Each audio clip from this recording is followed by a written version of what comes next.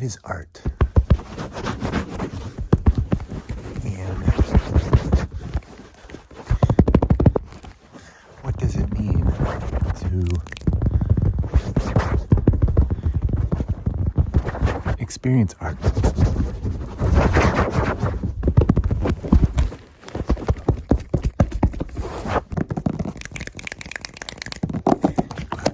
What does it mean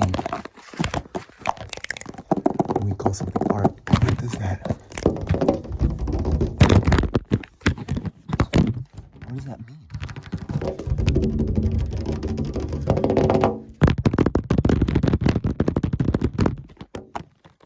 makes something art and something else not art?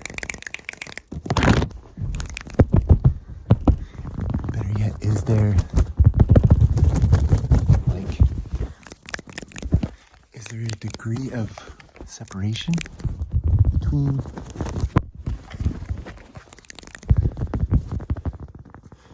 art and something else? Is there a degree of separation that lies between experiencing art or not?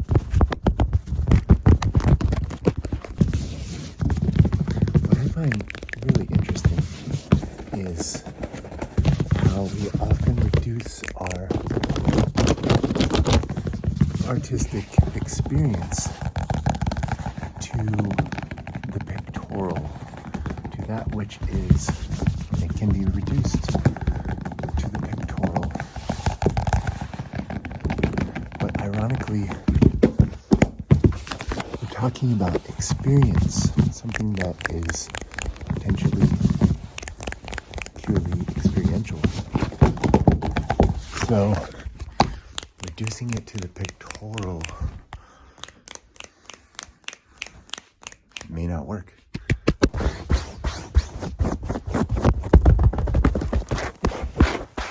Yet the pictorial is perhaps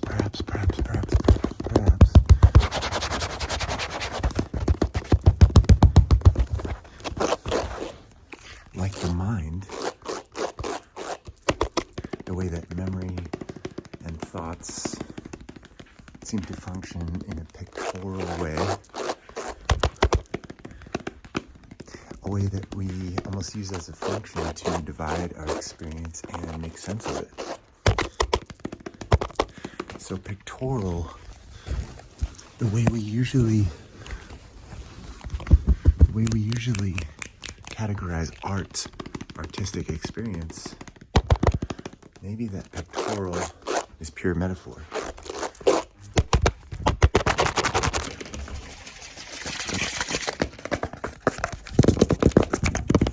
So when I imagine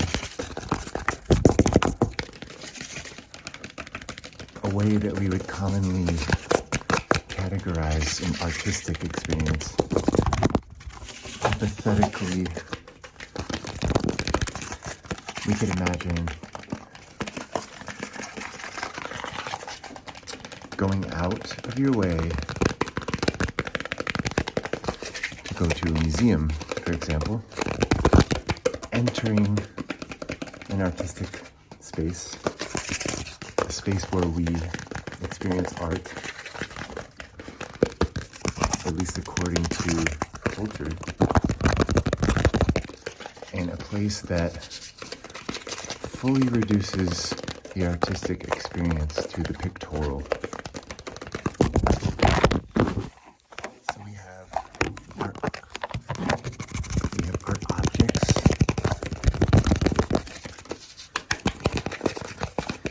we have a sense that within the frame is the art,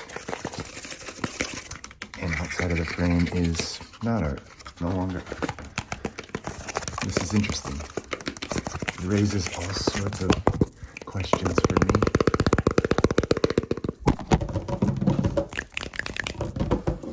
I have a suspicion that whenever we reduce artistic experience to that within the pictorial, We may be entirely missing the point, and we may, just may, perhaps be squashing the potential of the artistic experience. So let's imagine a hypothetical situation. One in which you wake up one day and you have this craving inside of you. And you say, today I'm going to experience art. So you go to the museum, you arrive, you enter the exhibit, and this little frame in the back of the room catches your eye. So you approach it, and you spend time with it. And you apply an attitude of intensity of focus to this little space within the frame. But then something happens. The light begins to play on the wall next to the painting, streaming in through the window. And the wall starts to turn a subtle shade of color. And you begin to realize that the attitude of intensity of focus that you're reserved for what's within the frame has now expanded to what's outside the frame as well. Maybe the frame is like a keyhole peering into an infinitely larger field of view, of beauty.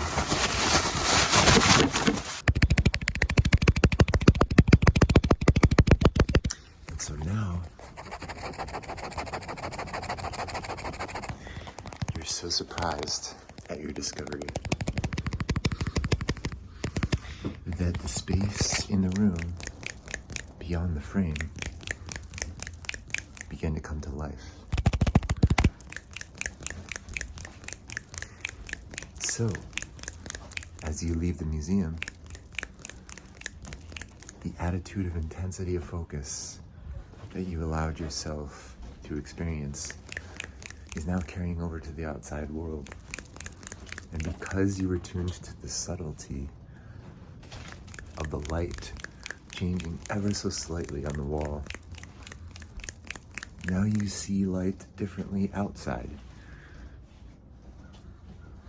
Subtly, all too subtly. And you may find that that is the magic of the mundane. Perhaps the magic is in the subtlety itself.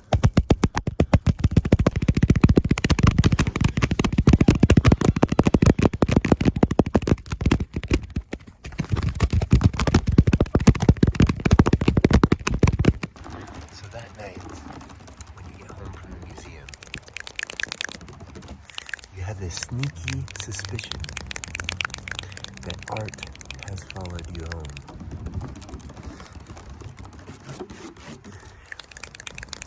Begin to get the sense that the object of art, or perhaps the objectness that you once reserved within the frame, is starting to seep out the corners. And perhaps you are starting to enter the work of art.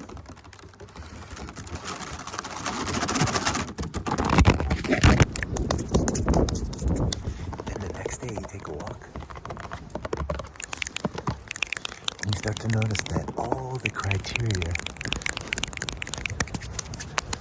are present for an amazing work of art within your perception. All the criteria, perhaps it's all present at all times. Perhaps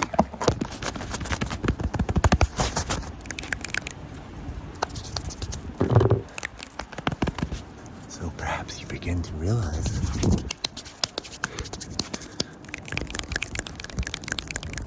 that you create a work of art every moment. Your perception, an invitation to experience the presence of the world.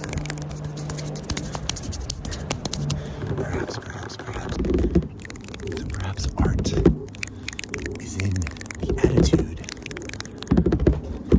of intensity of perception, a certain attentiveness, attending to the mundane,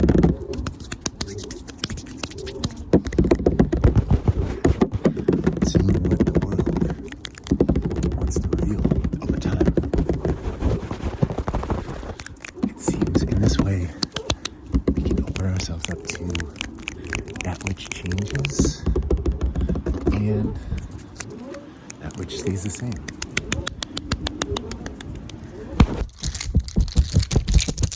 So maybe art is the subject and perception itself the object. In a way, you create what you perceive.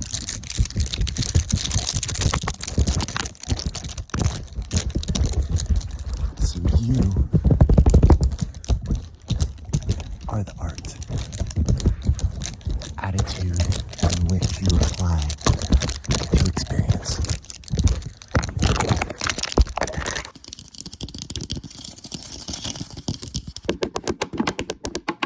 So maybe our concepts of art, at best, are metaphorical representations, pictorial ideas that point to the presence of the world, the pictorial that points to the experiential.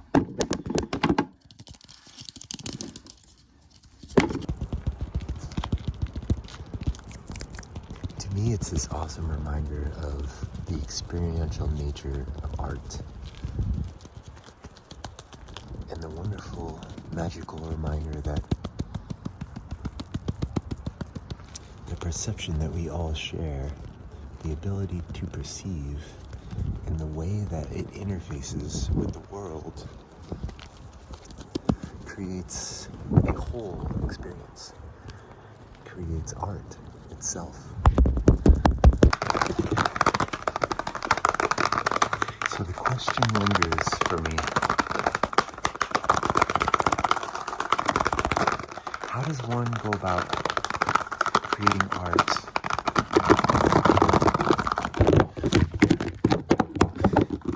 that evokes the experiential?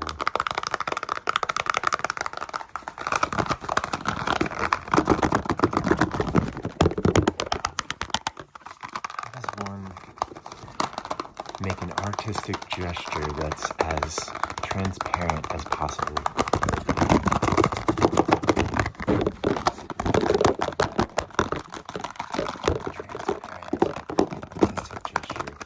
Gesture that perhaps is minimal enough and subtle enough that it does not point to the gesture itself or the representation of the experiential, but that it simply lets the experiential be part of it, simply inviting it in. So it is perhaps 1% gesture and 99% presence.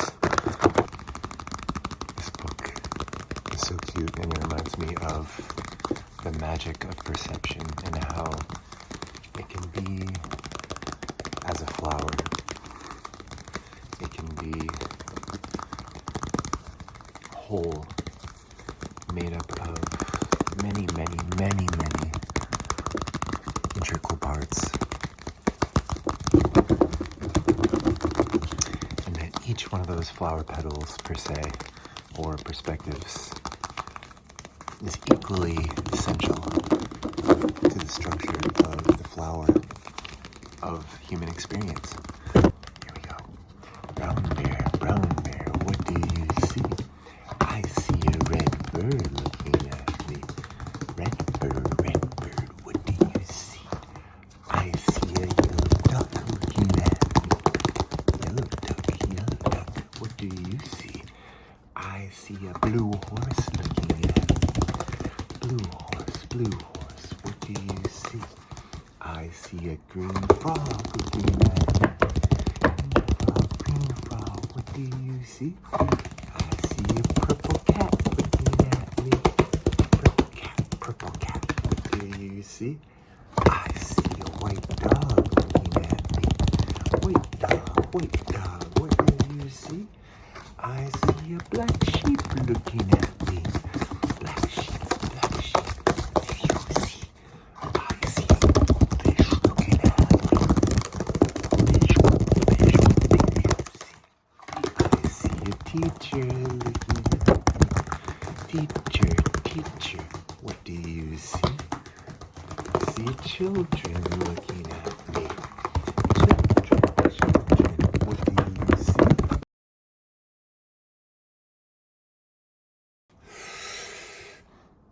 We see a brown bear, a red bird, a yellow duck, a blue horse, a green frog, a purple cat, a white dog, a black sheep, a goldfish, and a teacher looking at us. That's what we see. What do you see?